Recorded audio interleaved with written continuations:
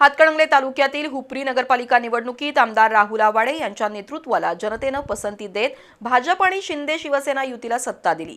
नगराध्यक्षपदी भाजपचे मंगलराव माळगे निवडून आले, तर नगरसेवक पदाच्या 21 जागांपैकी महायुतीनं 19 जागा जिंकून विरोधकांचा सुपडा साफ केला।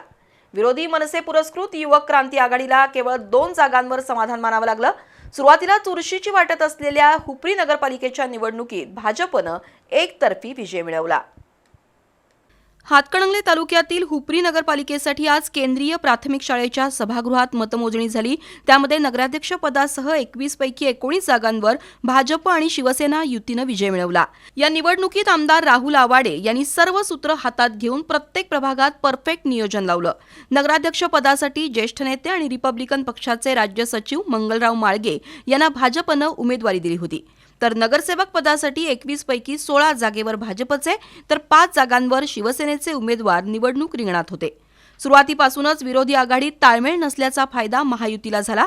या निवडणुकीत भाजपनं स्पष्ट बहुमत मिळवून नगराध्यक्ष पदासह 15 जागा जिंकल्या, तर शिंदे सेनेनं 4 जागा जिंकल्या।